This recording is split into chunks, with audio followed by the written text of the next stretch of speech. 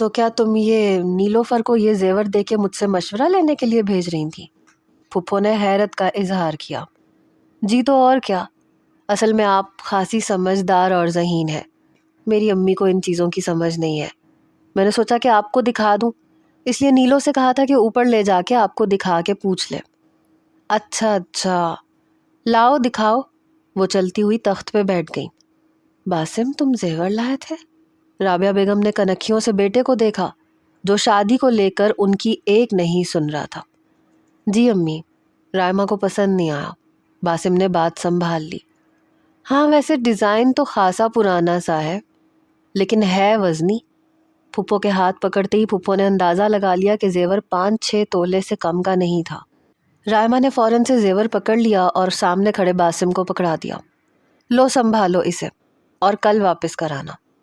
بیٹا میں نے تمہیں کہا بھی تھا کہ زیور رہنے دو، میرے سونے کے 2 کڑے ہیں، انہی کو تڑوا کے میں ایک سیٹ بنوا دوں گی رائمہ کو۔ تم کیوں زیور کے چکر میں پڑ رہے ہو؟ بس امی میرے بہت قریبی دوست کا ہے، اس نے دیا ہے کہ ابھی رائمہ کو پہنا دوں اور پیسے پھر بے شک بعد میں اتار دوں۔ باسم نے زیور رائمہ کے ہاتھ سے لیتے ہوئے ماں کو مطمئن کرنا چاہا۔ اچھا میں چلتی ہوں اب، اور تم نیلوفر چلو اوپر چائے چڑھاؤ جا کے، بھائی صاحب آنے والے ہوں گے۔ نیلوفر جلدی سے اوپر کا زینہ چڑھ گئی۔ سیڑھیاں چڑھتے ہوئے ایک تشکر بھری نظر باسم پہ ڈالی جو چور نظروں سے اسے دیکھ رہا تھا۔ پہلے تو نینا گاڑی میں بیٹھی بیٹھی جی بھر کے روئی، اس کے بعد اپنے کالج جانے کے بجائے اپنی ایک قریبی پارلر پہ چلی گئی جہاں پہ وہ ہمیشہ بالوں کی کٹنگ کروانے جاتی تھی۔ بنا اپوائنٹمنٹ کے وہ سیدھا اندر چلی گئی۔ اتنی صبح صبح وہاں رش نہیں تھا، پھر پارلر والی لڑکی اس کی دوست بھی تھی۔ نینا کو یوں پریشان حال دیکھ کے وہ خیریت دریافت کرنے لگی۔ تم اس وقت اتنی صبح صبح، خیریت تو ہے نا نینا؟ نینا نے روئی روئی آنکھوں سے اسے دیکھا، پھر سامنے لگے قد آدم شیشے کے سامنے قریب آ کے خود کو غور سے دیکھنے لگی۔ وہ لڑکی بھی اس کے پاس آ کے کھڑی ہو گئی۔ کیا ہوا نینا؟ کیا میں لڑکا لگتی ہوں؟ نینا کی آنکھوں سے آنسو چھلکنے لگے۔ نہیں، کیوں؟ نہیں میں لگتی ہوں، وہ سچ کہتا ہے، میں لڑکا لگتی ہوں، دیکھو میری طرف۔ کیا لڑکیاں ایسی ہوتی ہیں جیسی میں ہوں؟ آنسو ٹپ ٹپ گرنے لگے۔ کس نے کہا تم سے؟ رامین نے اسے یوں روتے ہوئے دیکھ کے پوچھا۔ شاہ زیب نے۔ وہ سسکی؟ تمہارا بوائے فرینڈ؟ نو، ہی از مائی لو۔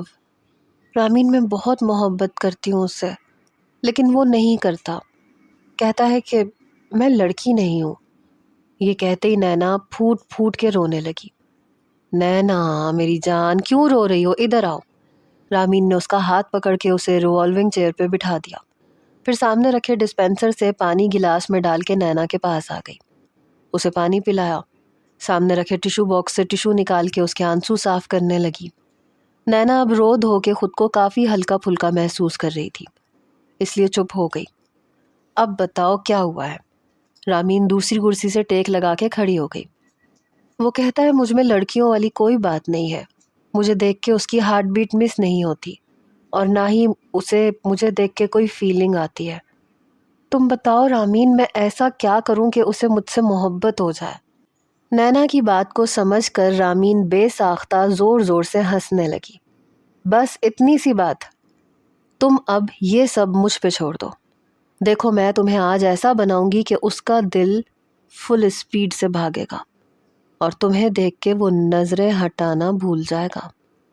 اور پھر واقعی 1 گھنٹے کی محنت کے بعد رامین نے نینا کے ہیئر اسٹائل کو چینج کیا، اس کے آئی برو بنائے، فیشل کے بعد ہلکے میک اپ پہ ڈارک لپسٹک لگائی، بالوں کو لیئرز میں کاٹ کے کھلا رہنے دیا، پھر چہرے پہ ایک تنقیدی نظر ڈال کے مسکرانے لگی۔ پرفیکٹ پریٹی گرل، چلو اب مال چلتے ہیں، 12 بج رہے ہیں، اب تک تو کھل گئے ہوں گے۔ رامین نے اپنی ماتحت کام کرنے والی لڑکیوں سے کہا کہ اگر کوئی کسٹمر آ جائے تو وہ سنبھال لیں، اور وہ خود نینا کے ساتھ مال میں چلی گئی۔ ایک فٹنگ اور آگے پیچھے سے گہرے گلے کی فراک اور چوڑی دار پاجامہ لے کر وہی ٹرائنگ روم میں اسے چینج کروایا۔ نینا نے پہلی بار اس قسم کا لباس پہنا تھا، اس لیے وہ انکمفرٹیبل فیل کر رہی تھی۔ رامین یہ بہت فٹ ہے، میرا دم گھٹ رہا ہے، اور پھر اس کا گلا بھی ڈیپ ہے۔ نینا پریشان ہوئی۔ ابھی پہلی بار پہنا ہے نا اس لیے لگ رہا ہے، آہستہ آہستہ عادت ہو جائے گی۔ چلو اب تمہارے جاگرز بالکل اچھے نہیں لگ رہا۔ باریک نیٹ کا دوپٹہ نینا نے بے نیازی سے لیا۔ پہلی بار دوپٹہ پہننے کا اتفاق ہوا تھا اسے۔ رامین اسے جوتوں کی شاپ پہ لے گئی اور ایک ہائی ہیل کے سینڈل اسے پہنائے، جنہیں پہن کے وہ بمشکل ہی چل پا رہی تھی۔ رامین میں گر جاؤں گی، وہ لڑکھڑا کے سنبھلی۔ بی کانفیڈنٹ نینا، بس آرام سے پیر جما کے چلو، نہیں گرو گی۔ رامین کی تسلی بھی نینا کے لیے ناکافی تھی۔ وہ سہج سہج کے قدم رکھ رہی تھی۔ چلو اب مجھے پارلر ڈراپ کرو اور جاؤ اس کے پاس۔ تمہیں کیا لگتا ہے کیا وہ مجھے دیکھے گا؟ نینا ابھی بھی بے یقین تھی۔ دیکھے گا؟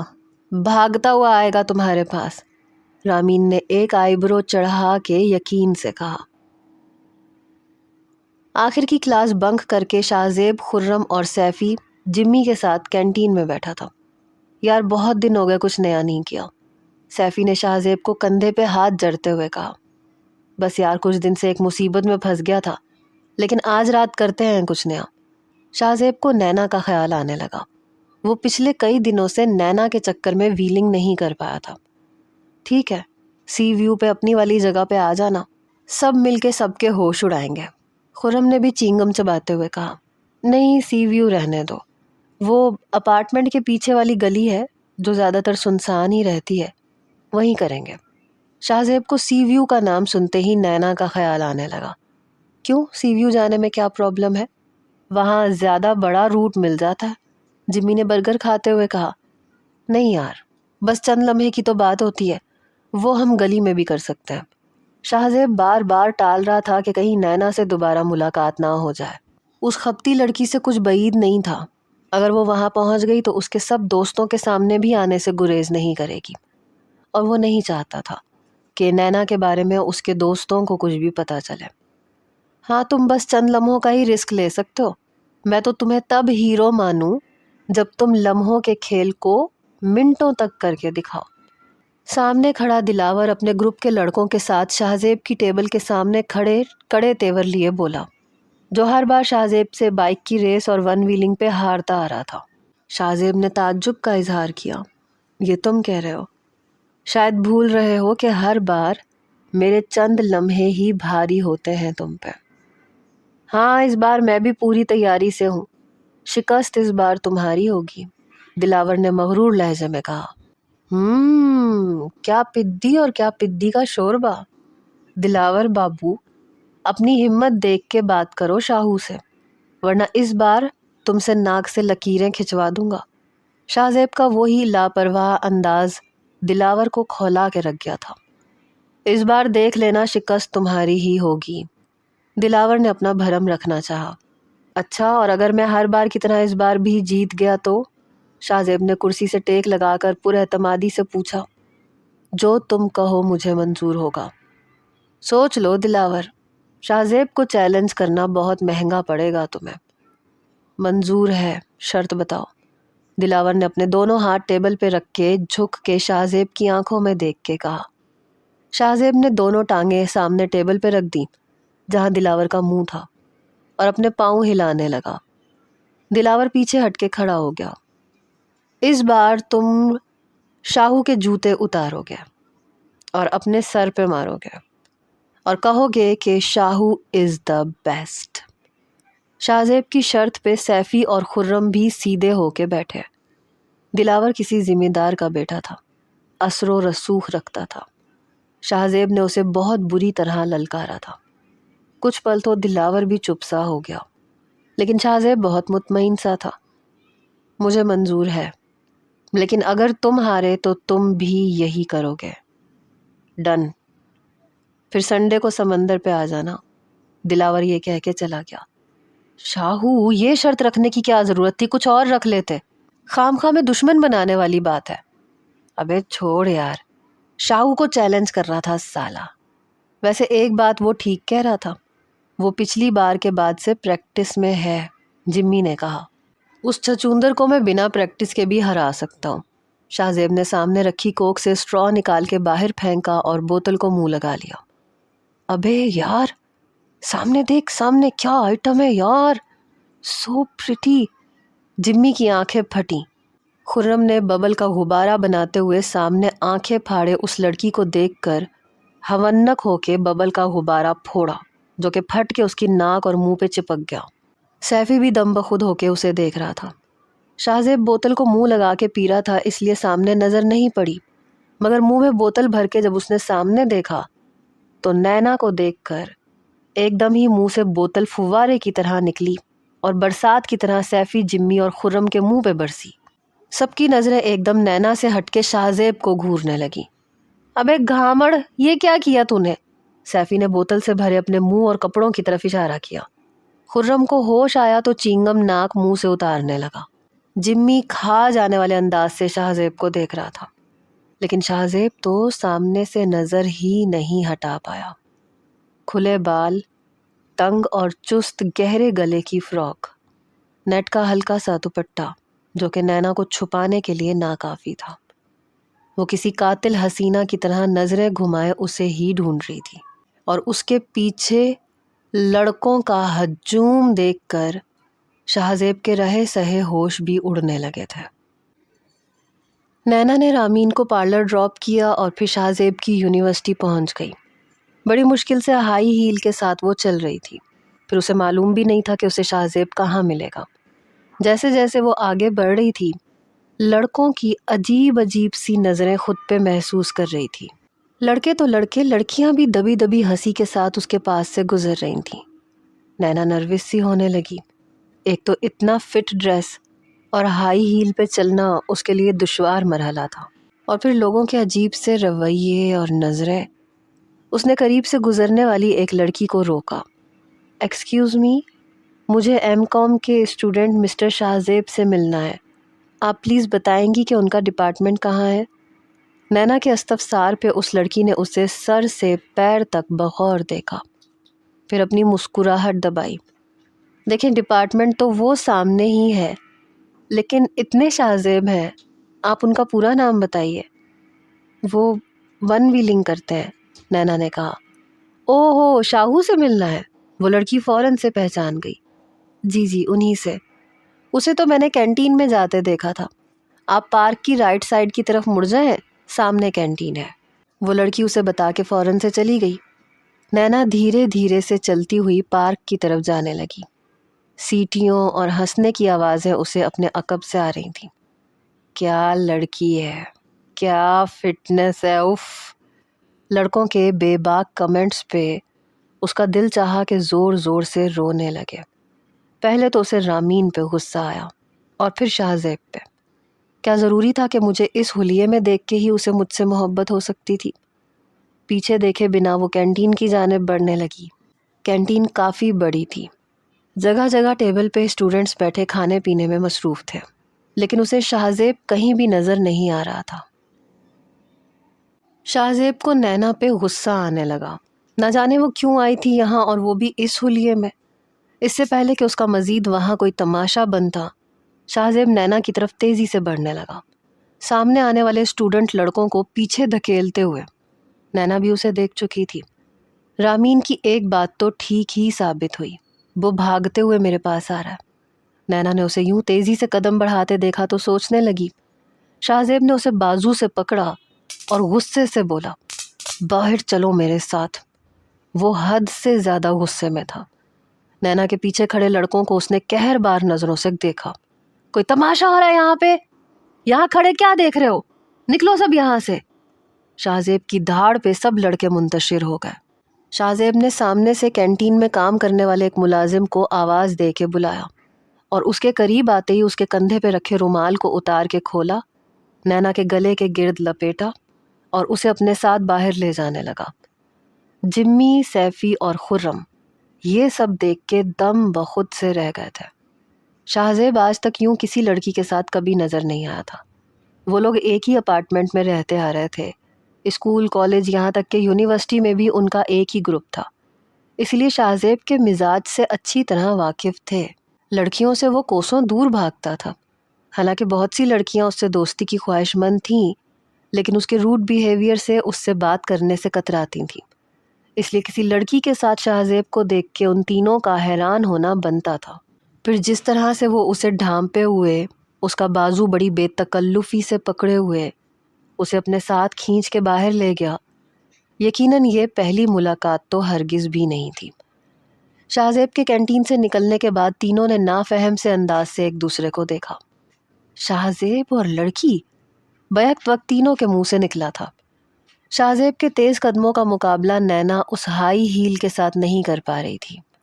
شاہ زیب میں گر جاؤں گی، پلیز آہستہ چلیں۔ مگر شاہ زیب تو یوں لا تعلق تھا کہ جیسے کچھ بھی سنائی نہ دے رہا ہو۔ یونی کے مین گیٹ کو عبور کرتے سامنے نینا کی گاڑی کے پاس لا کے اسے جھٹکے سے چھوڑا۔ نینا گرتے گرتے بچی۔ کیا چاہتی ہو تم؟ پہلے میرا گھر اور اب یونی میں بھی، اور وہ بھی اس طرح کا بیہودہ لباس پہن کے؟ کیوں بدنام کر رہی ہو مجھے؟ میری بات کان کھول کے سن لو نینا، میں غصے کا بہت برا لڑکا ہوں۔ اگر میں تمہیں بدنام کرنے پہ آیا تو کہیں منہ دکھانے کے قابل نہیں چھوڑوں گا۔ شاہ زیب کی آنکھیں سرخ انگارہ بنی ہوئی تھیں اور لہجہ بھی ویسا ہی ترش تھا۔ دانت بھینچ کے وہ غصے سے گھورتے ہوئے اسے وارن کر رہا تھا۔ میرا کیا قصور ہے شاہ زیب؟ آپ ہی نے تو کہا تھا یہ سب پہننے کو۔ نینا اب رونے لگی۔ پہلے لڑکوں کی ہوٹنگ اور الٹے سیدھے فکرے سن کے دل برداشتہ ہو چکی تھی، پھر شاہ زیب کا رویہ دیکھ کے مزید ضبط کھو بیٹھی تھی۔ میں نے کہا تھا تم سے یہ سب پہننے کو؟ Are you in your senses Nina? میں ایسا کیوں کہوں گا؟ شاہ زیب کو اس کی عقل پہ شبہ ہونے لگا تھا۔ وہ بھلا اسے ایسا کیوں کہے گا؟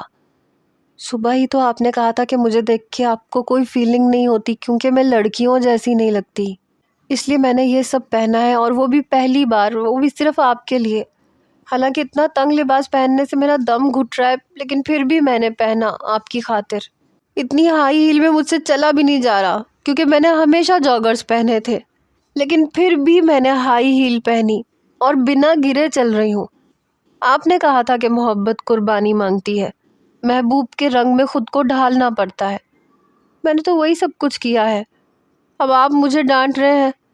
نینا بے تحاشا روتے ہوئے کہہ رہی تھی۔ شاہ زیب اسے بس تکے جا رہا تھا۔ کیا ہے یہ لڑکی؟ شاہ زیب نینا کے قریب آیا۔ تم نے یہ سب میرے لیے کیا ہے؟ وہ آنسو صاف کرتے ہوئے اسبات میں سر ہلاتے ہوئے اعتراف کر رہی تھی۔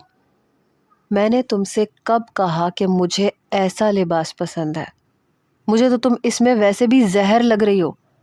شاہ زیب کی صاف گوئی پہ نینا کے نینا پھر سے بہنے لگے۔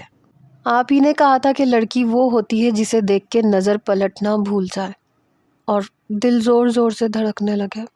وہ بہتے آنسوؤں کے ساتھ اسے اس کی بات یاد کروا رہی تھی۔ اوہ، تو اس لیے تم نے یہ پہنا؟ شاہ زیب کا غصہ کب کا غائب ہو چکا تھا۔ اب وہ اسے دیکھ کے مسکرانے لگا، پھر ہنسنے لگا، پھر زور زور سے ہنسنے لگا۔ نینا حیران پریشان اسے ہنستے ہوئے دیکھ رہی تھی اور وہ ہنسے جا رہا تھا۔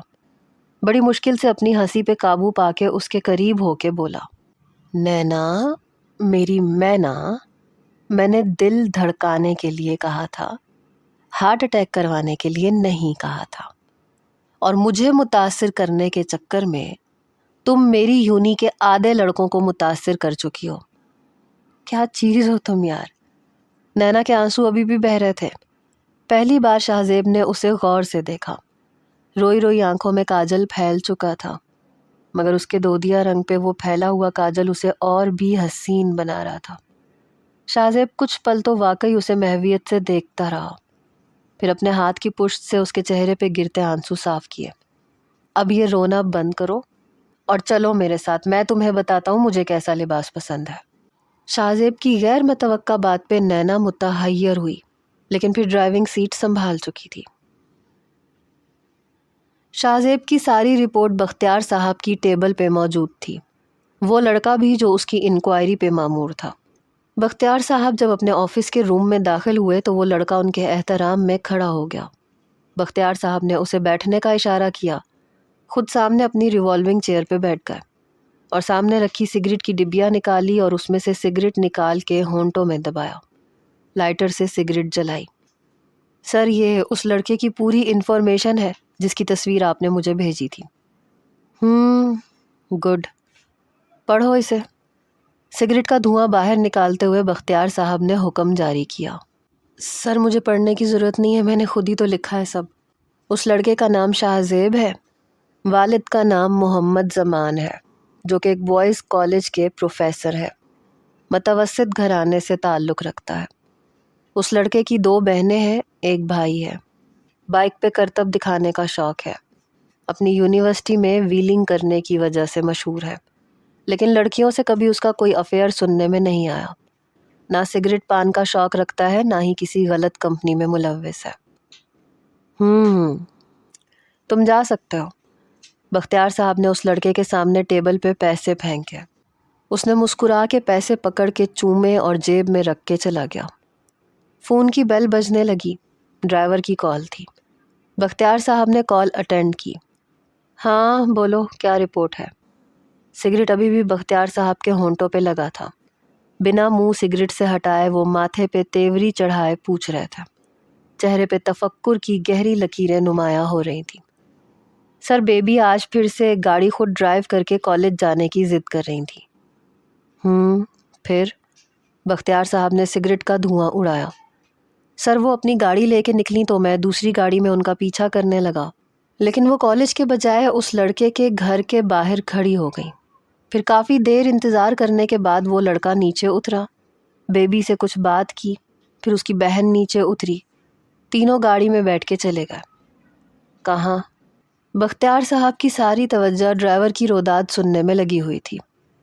سر بیبی نے پہلے اس لڑکی کو ایک گرلز کالج میں ڈراپ کیا، پھر اس لڑکے کو یونیورسٹی، اور اس کے بعد وہ اپنے پارلر چلی گئی تھیں۔ پھر پارلر والی لڑکی کے ساتھ وہ مال گئیں، وہاں سے اپنا لباس جوتے تبدیل کر کے باہر نکلیں۔ مجھے تو لگتا ہے سر وہ پارلر والی لڑکی بھی شامل ہے اس سارے کھیل میں، اور بیبی کو اسی نے بہکایا ہوگا، اسی لیے ہر کام میں پیش تھی۔ تم اپنے خدشات اپنے پاس رکھو، مجھے صرف وہ بتاؤ جو میں تم سے پوچھ رہا ہوں۔ بختیار صاحب غصے سے دھاڑے۔ اوکے سر، ڈرائیور کی آواز کپ کپ آئی۔ پھر بیبی اس لڑکے کی یونیورسٹی گئیں۔ کچھ دیر بعد وہ دونوں یونیورسٹی سے باہر نکلے، پھر کچھ دیر باہر کھڑے ہو کے باتیں کی۔ سر بیبی کسی بات پہ بہت رو رہی تھی۔ رو رہی تھی؟ کس بات پہ؟ بختیار صاحب نے سگریٹ ایش ٹرے میں بجھایا۔ سر وہ مجھے اتنی دور سے آواز نہیں آئی، لیکن سر وہ لڑکا، وہ انہیں دیکھ کے جاہلوں کی طرح ہنس رہا تھا۔ وہ شاید بیبی کے رونے کا مذاق اڑا رہا تھا۔ اس کمینے کی اتنی جرأت کہ میری بیٹی کے آنسوؤں کا مذاق اڑائے۔ بختیار صاحب کا بس نہیں چل رہا تھا کہ شاہ زیب کی گردن دبوچ لیں۔ اپنی بیٹی کی آنکھوں میں آنسو تو انہیں ویسے بھی برداشت نہیں تھے۔ یس سر، اس کمینے کی اتنی جرأت کہ وہ بیبی کے رونے پہ کہے لگا کے ہنس رہا تھا۔ ڈرائیور نے مزید تپاتے ہوئے کہا۔ آگے کیا ہوا؟ بختیار صاحب کی پیشانی پہ سلوٹیں مزید بڑھیں۔ سر بیبی اس لڑکے کے ساتھ گاڑی میں پھر سے مال چلی گئیں، اور ابھی وہ دونوں ایک لیڈیز ڈریس کی شاپ میں ہے، اس لیے میں اندر نہیں جا سکتا۔ ٹھیک ہے، تم سائے کی طرح ان کا پیچھا کرو اور مجھے پل پل کی رپورٹ دو۔ یس سر۔ فون بند ہو گیا تھا۔ بختیار صاحب اپنے ہاتھ کا مکہ بنا کے دوسری ہتھیلی پہ مارنے لگے۔ شاہ زیب پہ انہیں رہ کے غصہ آ رہا تھا۔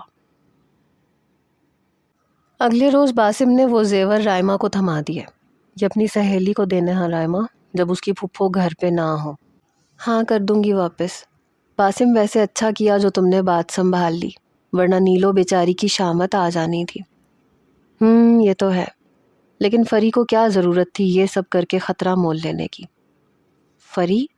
رائما نے تعجب سے باسم کی طرف دیکھا جو بے اختیار فری کہہ گیا تھا۔ اب مسکرا کے نظریں جھکا گیا۔ رائما سمجھ گئی کہ باسم نیلوفر کے لیے الگ سے جذبات رکھنے لگا ہے۔ او تو یہ بات ہے۔ رائما بھی مسکرا کے معنی خیز انداز سے بولی۔ کیا بات ہے؟ باسم نے مصنوعی حیرت کا اظہار کیا۔ مجھ سے نہیں چھپا سکتے تم، سچ سچ بتاؤ، یہ نیلوفر تمہارے لیے فری کب سے بن گئی؟ مجھے تو خبر نہیں ہوئی۔ بس بن گئی۔ تمہیں شادی کی شاپنگ اور اپنے دوپٹے ٹانکنے سے فرصت ملے تب تمہیں معلوم ہو۔ باسم نے رائمہ کے گال تھپ تھپا کے کہا، ایسی ہی بات ہے تو میں اور امی آج ہی نیلو کے والد اور پھپھو سے بات کر لیتے ہیں۔ جی نہیں، کوئی ضرورت نہیں ہے ہاتھ پہ سرسوں جمانے کی، ابھی تم بس اپنے گھر رخصت ہونے کی سوچو، یہ سب بعد میں دیکھا جائے گا۔ باسم نے بات ختم کر دی۔